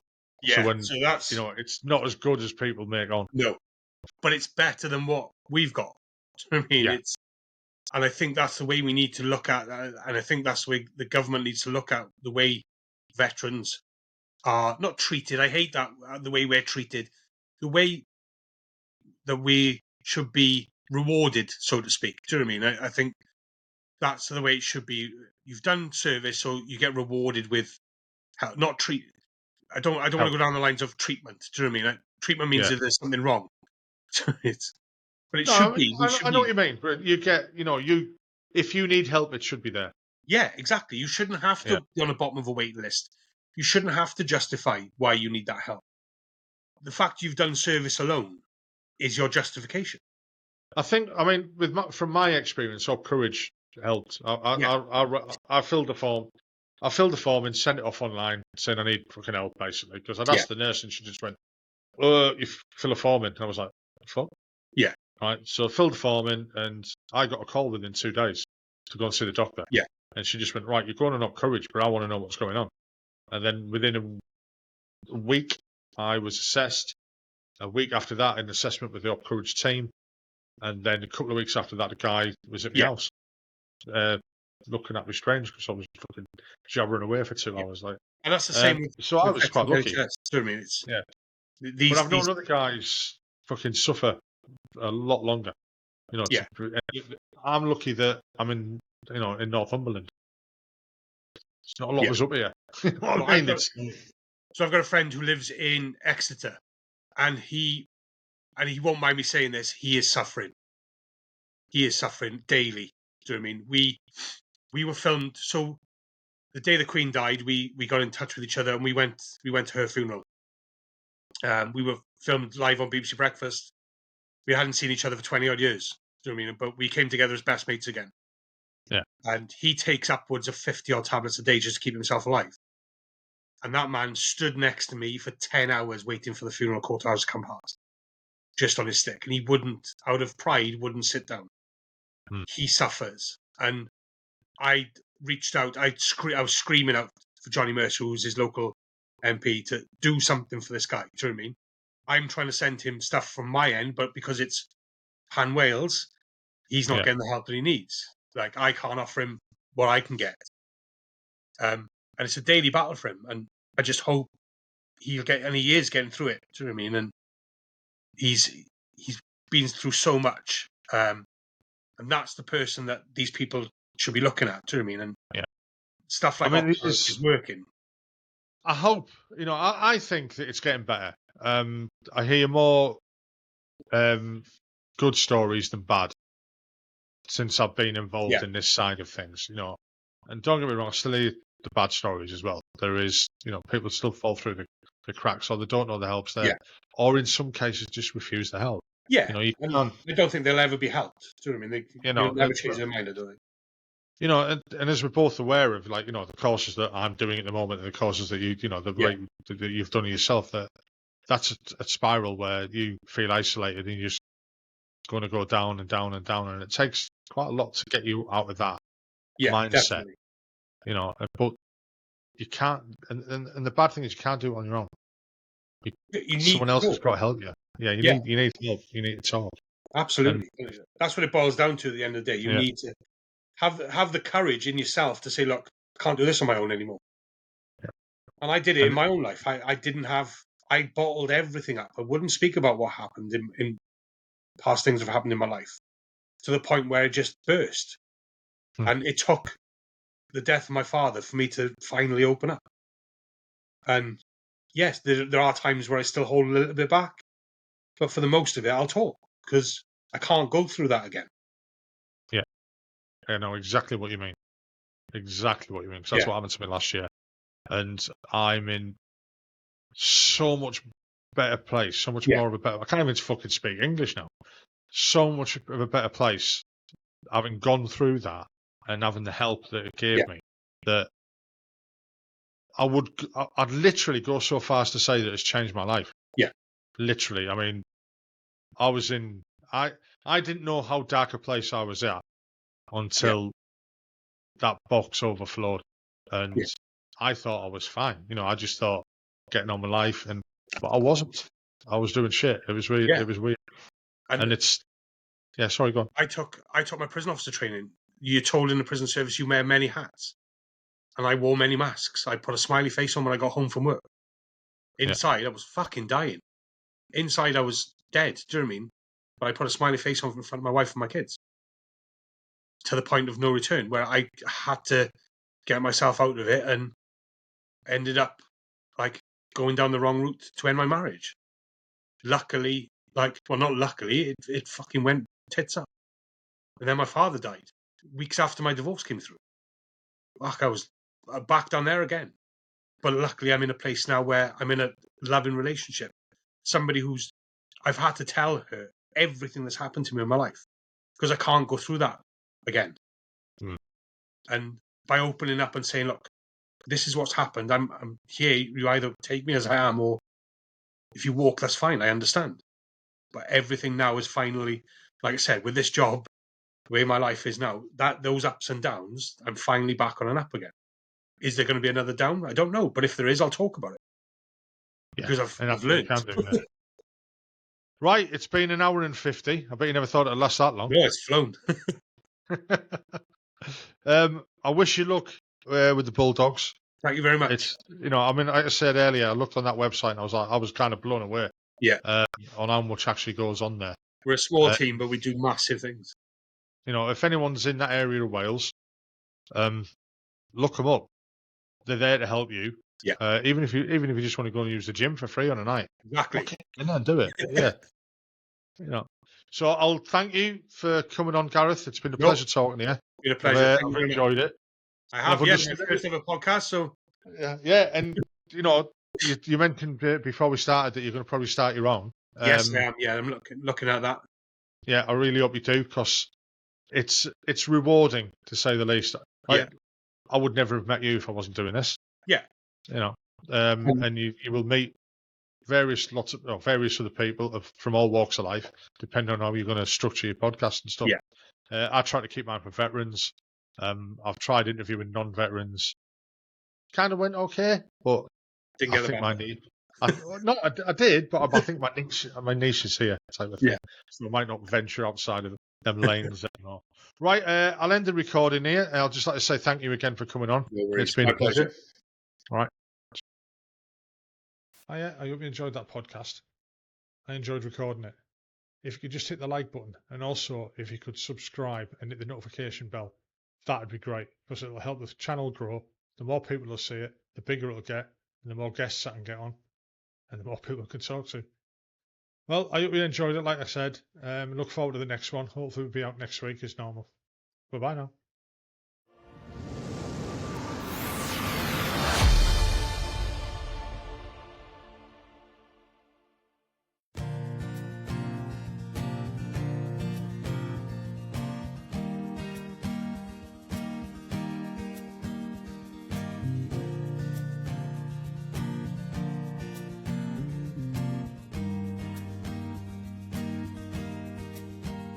Have you ever watched the love between a woman and her son?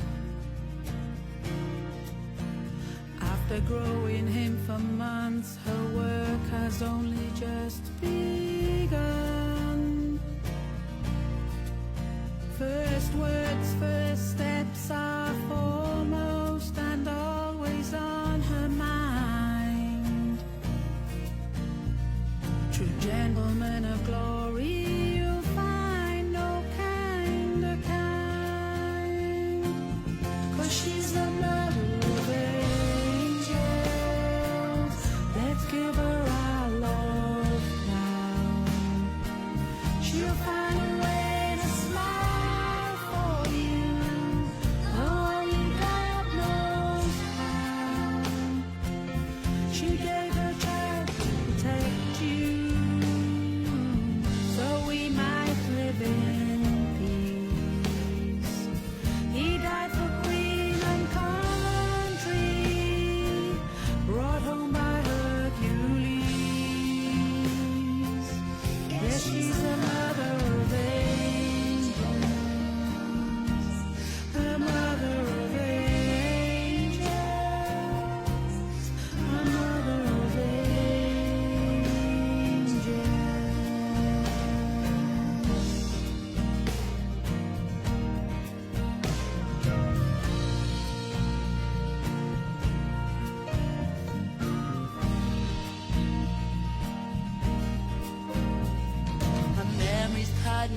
but her feeling she never knew she had.